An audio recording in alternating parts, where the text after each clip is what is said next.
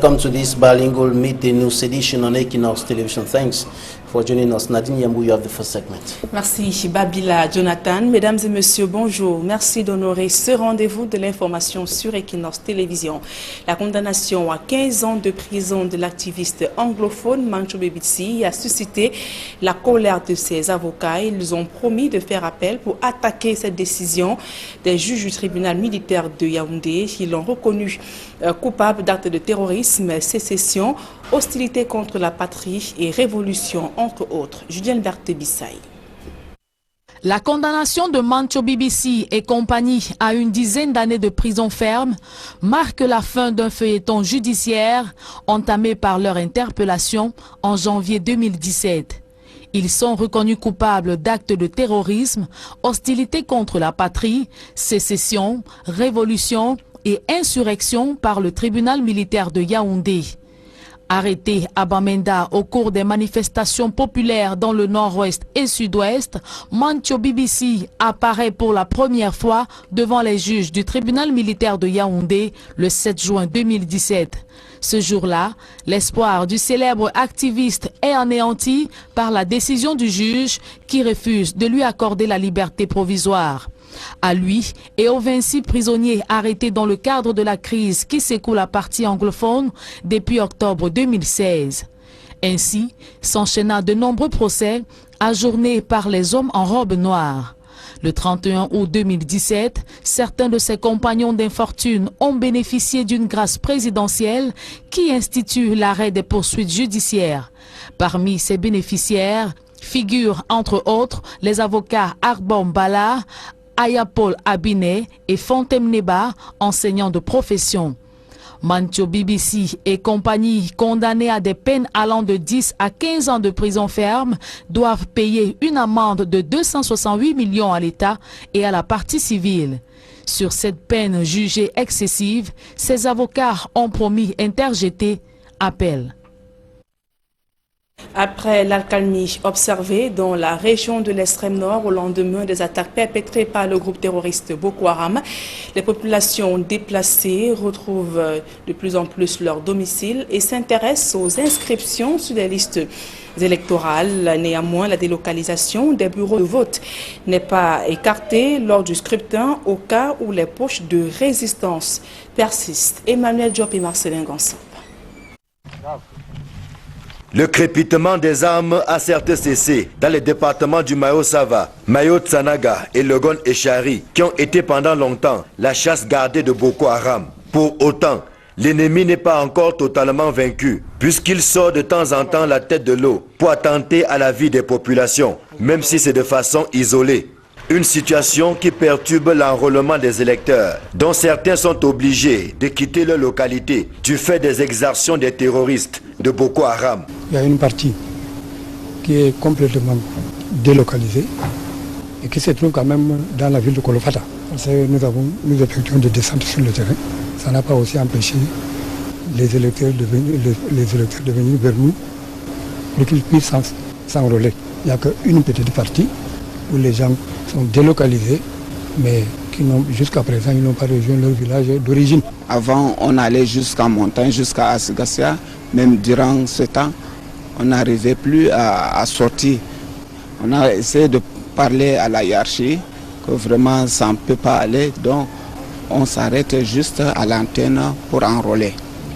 Bon, pour le moment, jusqu'à nos jours, nous sommes à l'antenne. On fait le tour souvent à Moscota.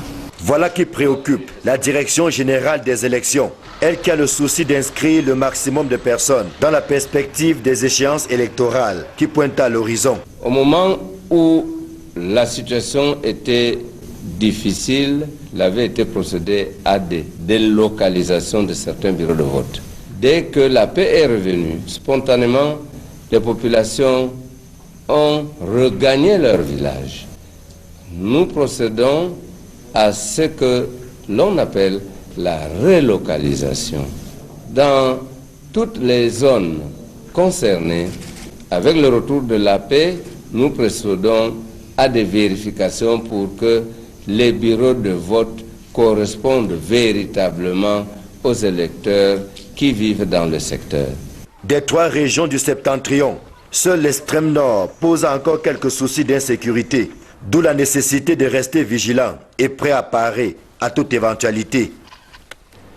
Et en vue de garantir la réussite des échéances électorales dans les zones à risque, le directeur général de l'ECAM annonce une batterie de mesures à ce sujet. Écoutons Abdoulaye Babalé au micro d'Equinos Télévision.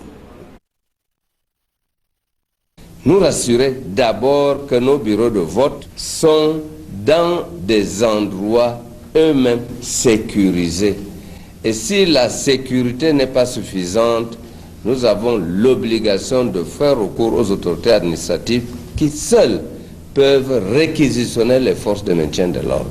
La deuxième mesure qui est prise est le contact permanent avec les autorités traditionnelles et religieuses qui suivent le mouvement de leur population et qui les encadrent de manière permanente.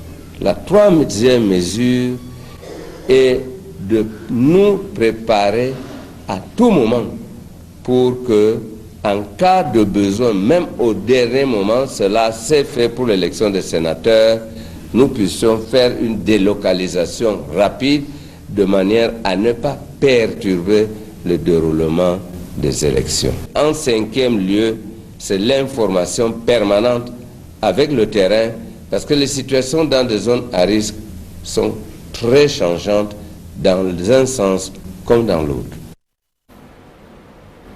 Et la candidature de Paul Biya à la présidentielle ne fait pas l'unanimité au sein du RDPC. Un militant conteste l'idée d'une candidature de Paul Biya à la présidentielle de 2018. Pierre-Marie Bebga estime que la base du parti au pouvoir n'a plus d'intention à accorder ses suffrages à Paul Biya. Les déclarations balayées d'un revers de la main au sein du RDPC qui affirme que Pierre-Marie Bebga ne fait plus partie des effectifs du Rassemblement démocratique du peuple camerounais. L'éventuelle candidature de Paul Biya à l'élection présidentielle de 2018 fait du rififi au RDPC. Un militant de base du parti au pouvoir appelle le président du RDPC à ne pas se porter candidat à ce scrutin. Se présenter à cette élection est suicidaire pour lui. Sa candidature, la vraie base qui a toujours cru en lui, n'est plus d'accord avec lui. Nous le préférons comme patriarche, grand sage au niveau du Cameroun, de l'Afrique et même dans le monde. Pour le président de la section RDPC de Yaoundé 2, dans laquelle milite Pierre-Marie Bebga, ce dernier s'illustre une fois de plus par son agitation. Ce militant en question a l'habitude de s'agiter ainsi. Déjà depuis 2011, il a pensé remplacer notre chef de l'État à la tête de notre parti, on ne sait comment, ou par magie, et 3 années plus tard, il a démissionné. Il est parti au MRC. Il n'empêche, Pierre-Marie Bebga, pour conforter sa position, appelle le président du RDPC à se souvenir du sort qui lui avait été réservé par l'Ouest lors de la présidentielle de 1992. Qu'il se rappelle de 1992, où quand il disait, je cite, l'Ouest se fera avec le Cameroun ou ne se fera pas. Il a reçu un accueil très chaleureux, mais les résultats dans les urnes, c'était autre chose. Une issue loin d'être partagée par Luc Assamba, qui ne jure que par Paul Biya. Pour maîtriser 250 tribus dans notre pays, il faut l'homme qu'il faut, à la place qu'il faut. Il faut un charismatique pour maîtriser tout ceci et penser au développement du pays. Le président Paul Biya, à son âge, est l'homme de la situation. Dans le même temps, au RDPC, il est question de dénier à Pierre-Marie Bebga la qualité des militants de ce parti. Aujourd'hui, vous comprenez bien que c'était peut-être un indice de l'opposition, car sa bonne foi n'est pas prouvée, et pour nous, il n'est pas notre militant à ce jour. Et nous déclinons toutes les responsabilités que ce dernier peut poser à l'intérieur ou hors du parti. Pierre-Marie Bebga, lui, n'en a cure et répond que ceux qui se meuvent de ses propos ont en réalité pris le Cameroun en otage en mettant en avant la candidature de Paul Biya. Nous constatons au jour d'aujourd'hui que certains vautours et des rapaces se sont apparés non seulement de l'appareil du parti, mais du Cameroun, et veulent faire croire que c'est le président national du RDPC qui veut encore le pouvoir. De plus, indique-t-il, ils veulent aussi se mettre à l'abri des poursuites judiciaires. Il n'a pas le choix. Déjà, tous ont des convocations au tribunal criminel spécial. Donc, tous sont obligés de jouer ce jeu. Mais je leur dis, le temps de l'hypocrisie est terminé. Pensons au Cameroun. Vous savez, on ne joue pas avec le Cameroun. Voilà qui promet des empoignades entre Pierre-Marie Bebga et les soutiens inconditionnels de Paul Biya au RDPC. Et toujours en politique, le Social Democratic Front dénonce son musellement après l'interdiction d'une marche pacifique ce samedi dans la ville de Douala. Le Nourou Bello, le sous-préfet de Douala 3e, a interdit cette manifestation évoquant des troubles à l'ordre public. Fait le point dans ce reportage de Warren Zedou et de Xavier Foucault. Les préparatifs étaient avancés et les militants mobilisés pour commémorer par une marche sportive dans l'arrondissement de Douala 3e le 28e anniversaire d'existence du Social Democratic Front. Mal leur en a pris, cette marche n'aura finalement pas lieu. Nous avons été surpris hier vers les 16h-17h quand on nous appose le fait de non recevoir. Le sous-préfet nous a interdit la marche avec un fallacieux prétexte de que la plage horaire n'était pas indiquée, qu'il devait avoir trouble à l'ordre public. Donc, nous, on a très mal pris cela parce qu'en réalité, ce n'est pas en 28 ans que on va nous traiter d'irresponsables. Je peux mettre quiconque à défi. Pourquoi nous disent quelle est la marche du SDF qui a un jour dégénéré? Le but de cette mobilisation était, au dire du maire Diop Théophile Kouabnan, de montrer aux populations la grandeur de ce parti qui en 28 ans a fait un chemin assez élogieux. Le SDF considère cette décision d'interdiction comme un simple musellement de l'opposition. Pour moi, c'est un musulman qui ne dit pas son nom. Et honnêtement, c'est une fois de plus, comme il est toujours dit, nos adversaires trouvent toujours des moyens de reculer le Cameroun 150 ans en arrière. On nous aurait dû laisser marcher tranquillement, nous prenons nos responsabilités. En 2018, on ne devait pas traiter les autres partis politiques comme si nous étions des sans-papiers ou bien des gens qui n'existent pas. Les cadres du parti ont donc demandé à leurs militants de respecter la décision de l'autorité administrative afin d'éviter une quelconque confrontation avec les forces de l'ordre. En rappel, c'est la deuxième interdiction de manifestation servie au SDF en moins d'un an après celle d'octobre 2017. Dans le reste de l'actualité, des Camerounais parlent-ils bien français? La question se pose en écoutant les conversations à l'école et même dans la rue. Et afin de jauger le niveau de langue française des Camerounais, un concours national de dictée est organisé sur l'ensemble du territoire. L'étape de la région du centre a été franchie ce samedi. Élisée Borba et Aïe Cyril. École primaire du centre à Yaoundé. Les enfants sont en rang devant les salles de classe et suivent l'appel. Ils sont venus prendre part au concours national de dictée qui franchit ce jour l'étape de la région du centre. Il s'agit de réhabiliter la langue française dont tout le monde constate aujourd'hui qu'elle est en pleine dégénérescence. Nos enfants ne parlent plus français comme nous l'aimions, comme nous l'avons fait en son temps. Aujourd'hui, même sur les campus, il n'est plus rare d'entendre un étudiant dire « je l'ai donné, je l'ai vu ». Et c'est presque devenu normal. Il faut essayer d'inquiéter les consciences. C'est l'objectif du projet que je porte, la dictée nationale, redorer le blason de la langue française, lui redonner ses lettres de noblesse. Les grondements de tonnerre sont devenus assourdissants. Nous ne voyions pratiquement plus rien. Ce centre d'examen accueille exclusivement les candidats du primaire, le Panthéon 3, les candidats du secondaire, le Panthéon 2, et du supérieur, le Panthéon 1, composent au lycée de Ngwaekele à Yaoundé. J'aime beaucoup la dictée, le français, et je voulais voir si j'avais encore certaines armes que je pensais avoir avant. Parce qu'il y a quelques années, il y a très longtemps d'ailleurs, je vais participer à un concours pareil. Et là, je suis je voulais voir en fait, si je voulais m'essayer pour voir si je pouvais encore être compétitive. Sont particulièrement notés l'orthographe, la grammaire, la conjugaison, l'expression de la langue française, le QCM, entre autres, pour un total de 180 points. L'épreuve comporte parfois des pièges à déceler par le candidat. Ce n'est pas évident, étant donné que ça fait longtemps que je n'ai pu réviser certains accords. Ce qui est un peu difficile, c'est l'explication des mots, l'explication de certaines notions. C'est ça, ce n'est pas facile le français. Bon, il faut réfléchir davantage. Pour la région du centre, près de 9000 candidats sont recensés au primaire, 800 au secondaire et 500 au supérieur. Au terme de la compétition dans les 10 régions, les meilleurs se retrouveront à Yaoundé pour la finale nationale au mois de décembre.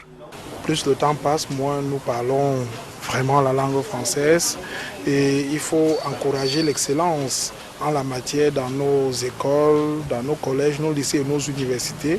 Nous avons commencé par le Sud qui a déjà ses meilleurs du Panthéon 1, du Panthéon 2 et du Panthéon 3. Aujourd'hui, nous sommes là pour dénicher les Mozart de la langue française du centre.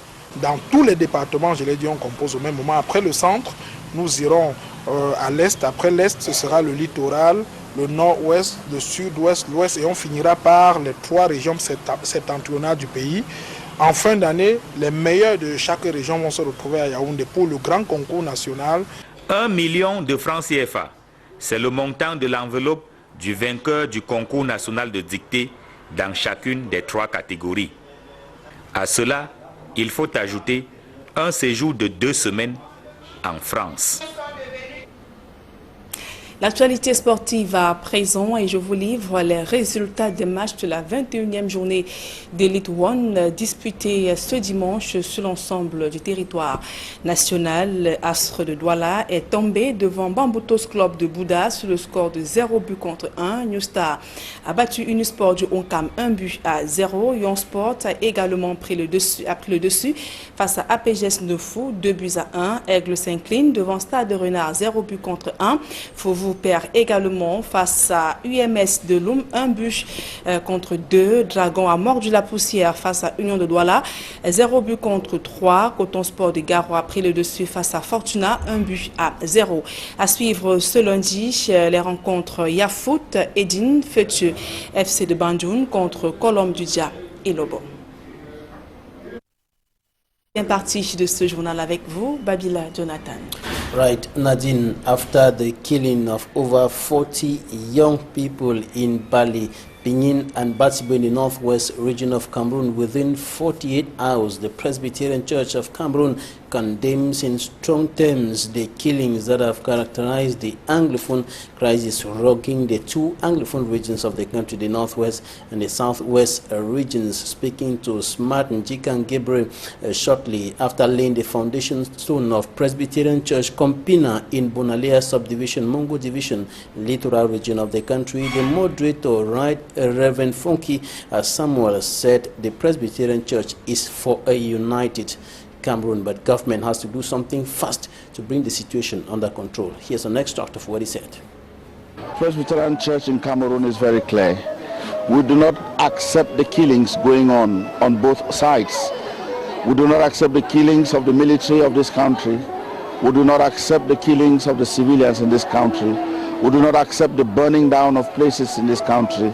And the church stands for a united Cameroon, and we pray that the government of this country should hasten up and say something to put a stop to what is going on, to the killings that are going on, because we are not satisfied that human life that is sacred, human life that is in the image of God, could be mutilated and shamefully brutalized the way we see on the social media. And the Social Democratic Front, SDF political party, equally condemning, as it has been doing since the crisis started. But now the national chairman of the SDF, John Fundi, is throwing very big stones, so to speak, on the President of the Republic of the country, accusing him of all the mishaps that Cameroon is experiencing, from the Anglophone crisis to road accidents. The President of the Republic is accused of being guilty of being the one causing all these accidents by not doing anything to prevent those accidents. This is an extract of what John Fundi, National Chairman of the Social Democratic Front, told Sman Jikangebre on phone from Bamenda. The SDF party has done much. I've condemned what Mr. Biya's government is doing. I've written letters to Mr. Biya, and I was forced to publish one, the last one. There's the fourth one that I wrote. When I wrote to Mr. Biya, I thought that between me and him we could discuss and look for a possible way out. And I even met with him in a PD, held his hand and warned him that what we were doing, the things are going to slip through our fingers. And today, they've truly slipped through our fingers. I've condemned Mr. Biya and called him a witch and somebody who sucks blood. He likes to see blood, and that's why they're out on the field killing all these people for him to see blood. Either when his elections are coming, people are dying in motor accidents and other things, it's all blood. No, I'm going there now because I'm told they killed over 20 people in Pinyin yesterday. And if they killed 20 people, I want to go know what happened, why it happened, because I'm having different versions how children took upon themselves to organize their own prison and they were locking people up and extorting money out of them. I want to go on the floor to find out whether this is true. So when I find that out, I'll come back to the press. The SDF is still trying to appeal to the West Cameroonians fighting on the field, that when we are fighting, we should not fight and punish ourselves too much. I appreciate what the children are doing on the field. They are fighting a good fight for their rights. And the party of John Fundi refused to celebrate its 28th anniversary in the Northwest and Southwest regions on the grounds that the party cannot be celebrating while the people of the two regions, particularly young people, are being killed. Some are being arrested indiscriminately and tortured, while many are missing. Others now living in the bush, and some seeking refuge. They are in their thousands seeking refuge in neighboring Nigeria. In the meantime, Mancho, BBC, and 6 other detainees of the Anglophone crisis now have been slammed jail sentences ranging from 10 to 15 years. These are verdicts that were handed down last Friday by the Yaoundé military court, and they were found guilty of rebellion and acts of terrorism. They have been behind bars for over 16 months, as Memi Mefo reports. On the 25th of May 2018, 7 English-speaking Cameroonians who had been behind bars for 17 months were given sentences ranging from 10 to 15 years. The activists arrested in connection with the Anglophone crisis between December 2016 to January 2017 were at the Yaoundé military court declared guilty of terrorism, secession, hostilities against the fatherland, propagating false information, destruction of state properties, amongst other charges. One of those convicted for 15 years is Mancho BBC, presenter at Abakwa FM in Bamenda, and an assistant history teacher.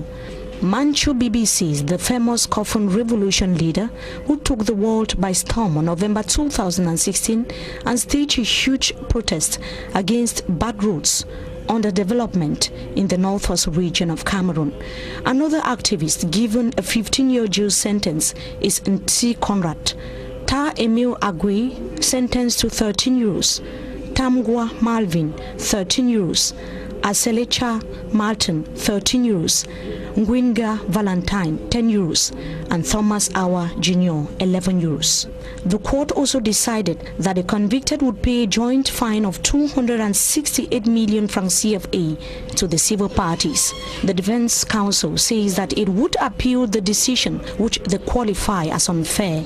Mancho BBC was described by many as a freedom fighter, and his release, according to critics, was supposed to be a golden opportunity for the government of Cameroon to show signs of good faith in addressing the escalating conflict in the two English-speaking regions of Cameroon. Another presidential decree, like that of August 30, 2017, that partially released some 55 Anglophone leaders and detainees, could save the convicted from spending over 1 decade in jail. Scores of inmates arrested in connection with the Anglophone crisis are still awaiting trial. And Barrister Agbo Bala, founder and president of the Center for Human Rights and Democracy in Africa, has condemned the decision of the Yaoundé military court, qualifying it as outright violation of the tenets of a fair trial. He told Mimimifo on phone that the whole process has been unfair. This is an extract of what he said. The entire process was a sham, was a charade, because it violates the basic tenets of a free and a fair trial. Most of the trial was done mostly in French language. Yes, there was a translator, but the translator was not very competent. The charges that were brought against Mancho and Co., they were politically motivated charges.